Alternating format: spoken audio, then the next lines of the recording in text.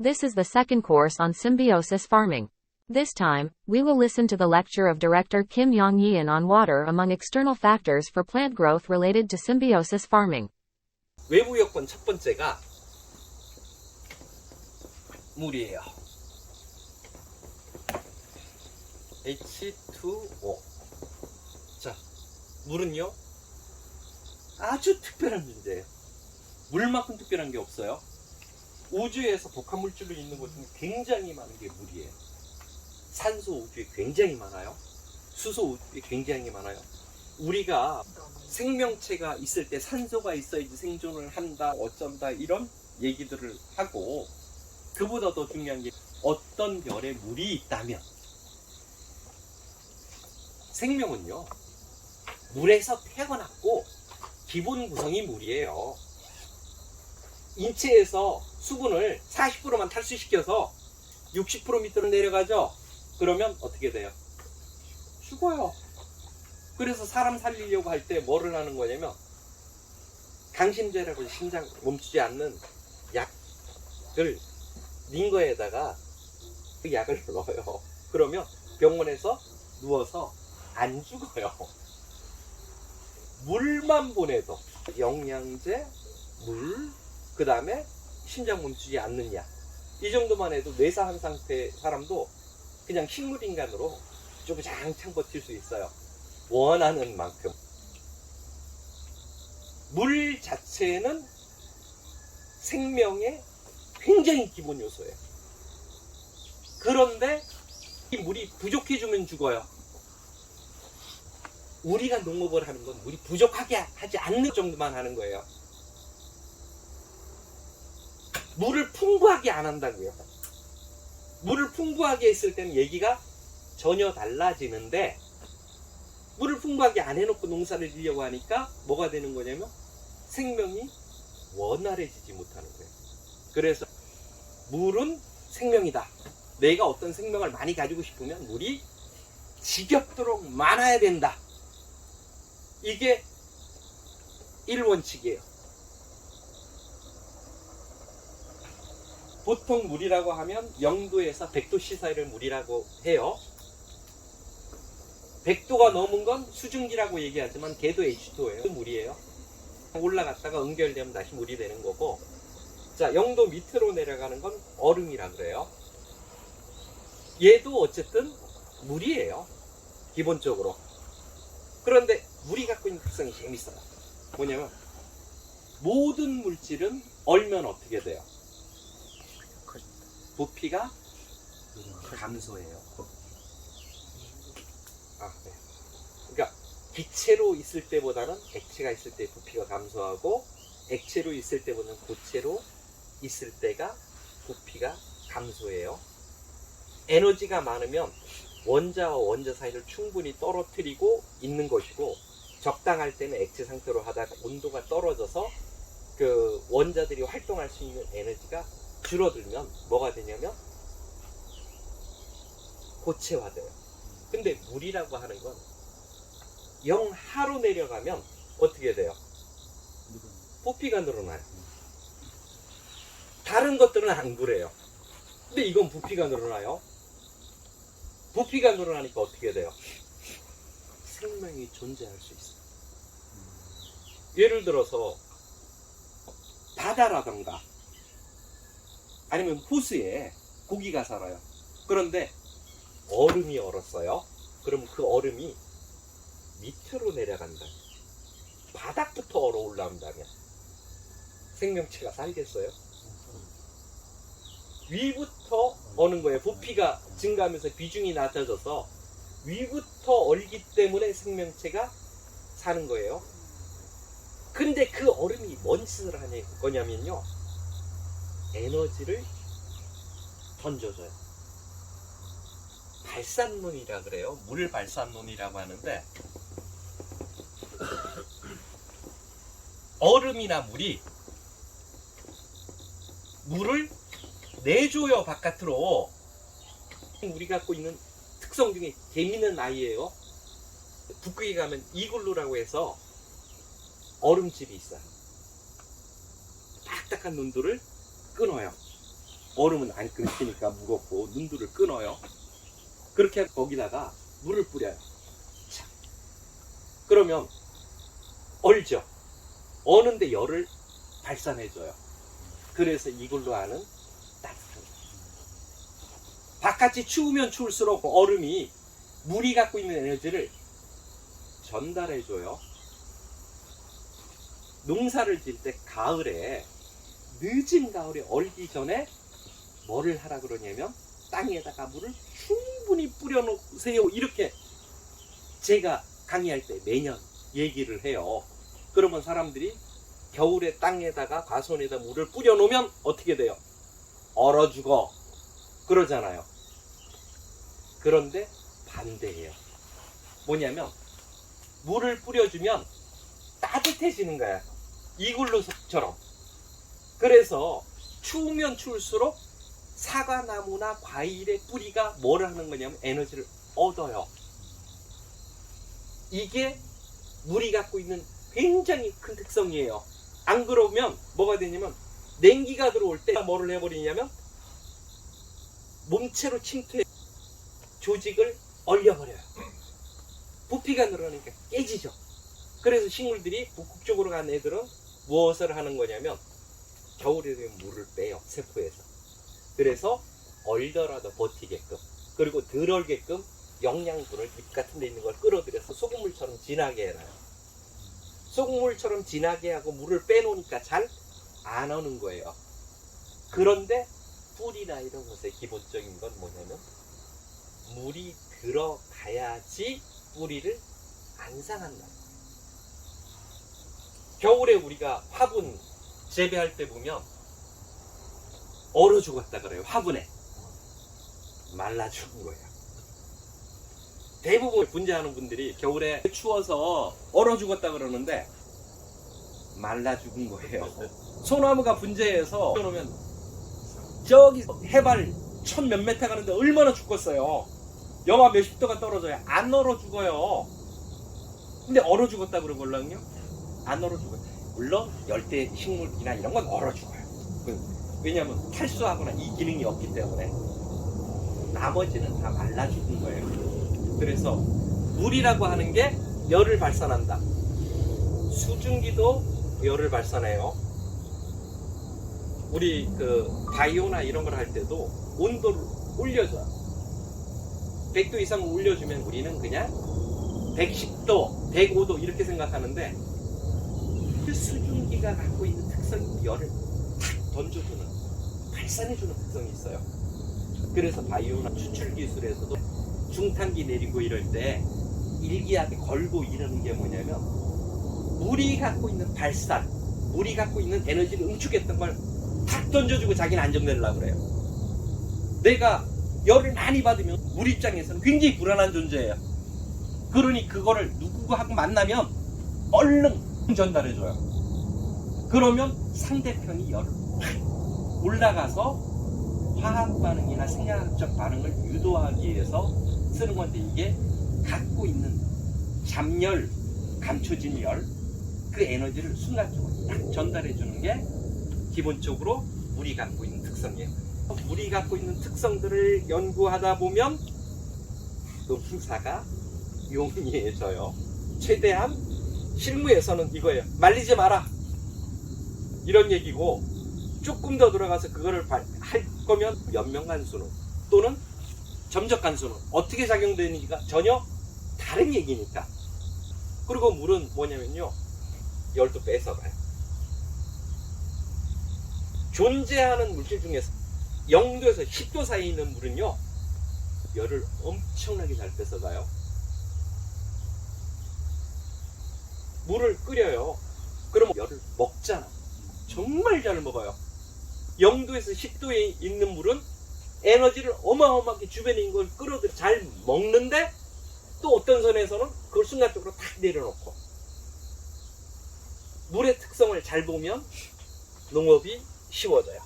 근데 물이 몇 가지일까요? H2O라고 하는 물이 몇 가지 정도에 존재할까요? 물의 종류가 몇 가지냐? 예, 물도 종류가 굉장히 다양해요. 화학적으로만 하나예요. 어떻게 된 거냐면 산소의 원자가 있고요. 거기에 수소가 이렇게 공유결합이라는 형태로 결합되어 있는 거예요. H2개에 산소 하나, 이런 구조예요. 자, 우리 한 개라고 생각을 하잖아요. 자, 이 생각부터 좀 바꿔버릴게요. 자, 모든 아이들의 원자들은 형태가 있어요. 공이 탁구공, 배구공, 럭비공처럼 길쭉하고 이런 것이 있듯이 이 원자들의 형태가 굉장히 다양해요. 그리고 그 모양이 다른 걸 뭐라고 얘기하냐면요, 동위원소라 그래요. 동일한 위치에 있는데요, 동일한 위치에 있어요. 원자핵과 전자가 도는 건 동일한 위치에 있어요. 그런데 이 동일한 원자에 있는 애가 굉장히 여러 가지예요. 럭비공처럼 생긴 거, 축구공처럼 생긴 거. 수소는 적어도 동위원소가 4개. 산소는 동위원소가 몇 개일까요? 12개. 인터넷 검색해보세요. 나와요. 산소의 동위원소 이러면 12개 넘을 수도 있어요. 곱하기 해볼게요. 물은 어떤 분자예요? 단분자 아니에요. H2O 하나면요, 눈에 안 보여요. 우리가 만지는 물이라고 하는 건 굉장히 많은 물 분자가 합해져서 그걸 물이라고 하는 거예요. 근데 이것이 어떻게 존재하는 거냐면요, 물 하나에 N승으로 존재해요. 9층이에요. 9층 건물. 여기에 물 분자들이 서로 연결이 돼 있어요. 그러면 또 9층짜리예요. 요것도 각기 존재하는 게 피라미드형 사각형으로 존재하는 게 있고요.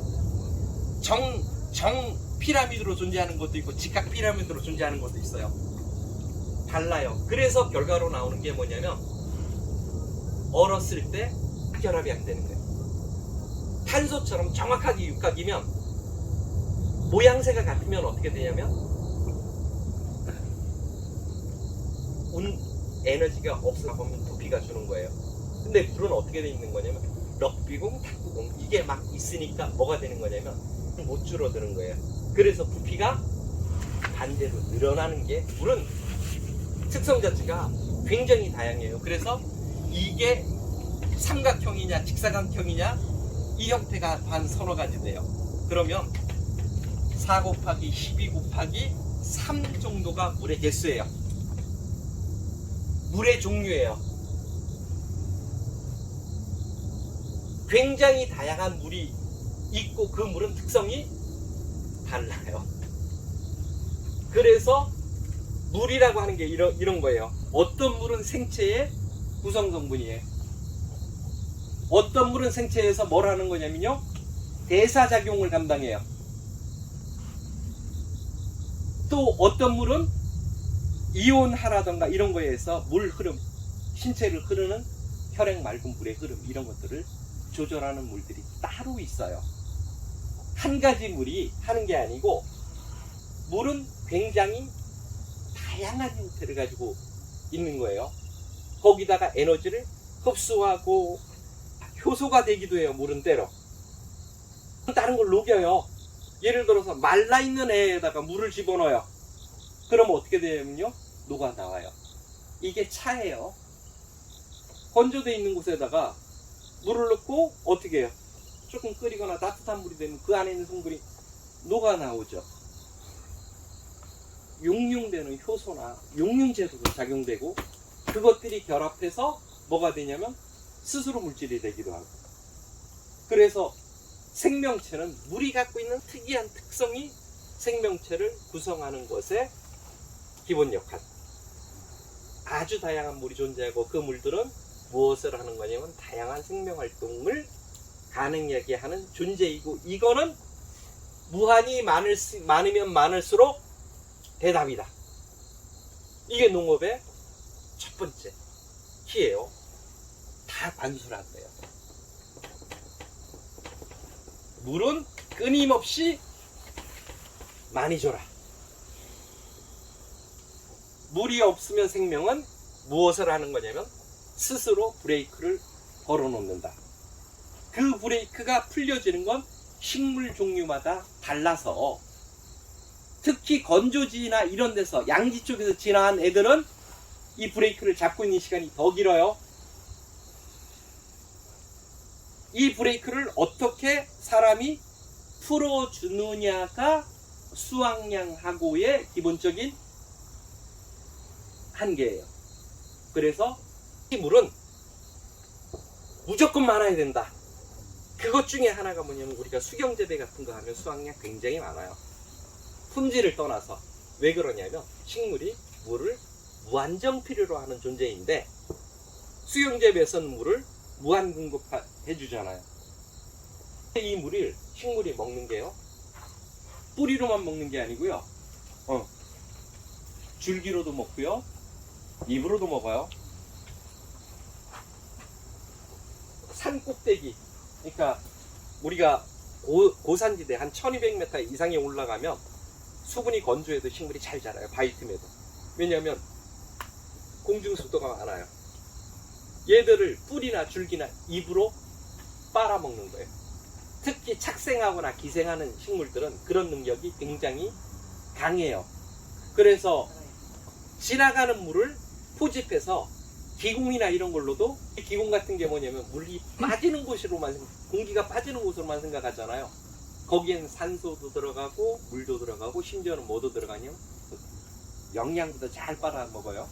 그래서 우리가 뭐를 하는 거냐면 연면십이라고 해서 나무가 자랄 때 거기에다가 영양제라던가 이런 걸 넣어서 함께 뿌려주는 부분을 연면십이라고 해요. 그래서 식물을 줄 때 뿌리로, 줄기로, 잎까지 세 곳에서 물을 먹을 수 있어요. 그렇게 풍부하게 물을 먹는다면 어떻게 되겠어요? 식물이 자라는 건 생각보다 잘 자라요. 콩나물은 물만 먹여도 커요. 콩나물에 물 없으면 안 커요.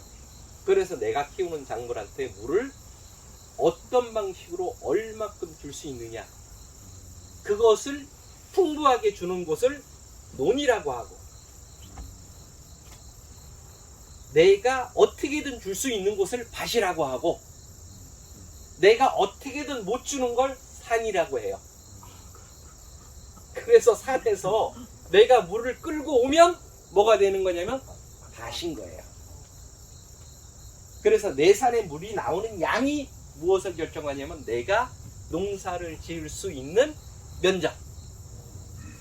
갔는데 산인데 샘이 팡팡팡 솟거나 계곡수가 많이 흘러요. 그러면 그 산은 잘 삽니다. 산을 살아갈 때 물부터 와야 돼요. 경관 보면 안 돼. 물론 경관도 중요해. 근데 제일 중요한 건 물이라는 요소를 내가 구할 수 있느냐 없느냐가 농업에서. 지금 이 하우스에다가 내가 스프링클러가 장치했다가 이제 다 걷어냈어요. 왜 그러냐면 게을러져요. 스프링클러가 있으면 3분이면 죽을라. 그러면 거미줄도 제거하고 뭐하고 식물을 못 보게 돼요. 그래서 제거하고 오롯이 땀으로 물을 주고 있는데 그게 좋아요. 식물을 관찰하거나 이런 부분에서. 그래서 내가 특정 식물을 갖고 장난을 하기도 해요. 야, 너는 내가 하루에 2번, 3번 뿌려줄게. 너는 좀 잘 커봐. 그러면요, 식물마다 뿌려주는 횟수에 따라서 며칠 있으면 딱 커지고, 이게 명확해요. 프로그램 되어 있는 거예요. 유전자의 98%. 그러니까 농업은 2%의 생리작용을, 그러니까 몸을 만드는 건 유전자의 2%밖에 안 된다 그랬죠. 자꾸 여기에 의존하는 거예요. 지금 농업이 98%의 지금까지 수억 년 동안 프로그램 돼 있던 애를 내가 어떻게 움직여 줄 수 있느냐, 잠자는 유전자를 얼마큼 깨워내느냐가 농업이라는 부분이에요. 그래서 그 부분을 잘 인식을 하면 농사가 용이해져요. 물에 대한 것들은 좀 뒤져봐요. 그게 증가돼서 뭐냐면 물 제품들 많잖아요. 다 그게 물이 생명체에 굉장히 지대한 영향을 미치고 있기 때문에 그러는 거예요. 물 무진장 많이 먹으라 그러죠. 물은 한 요소예요. 회전 요소에서 물만 많이 먹여요. 그럼 어떻게 돼요?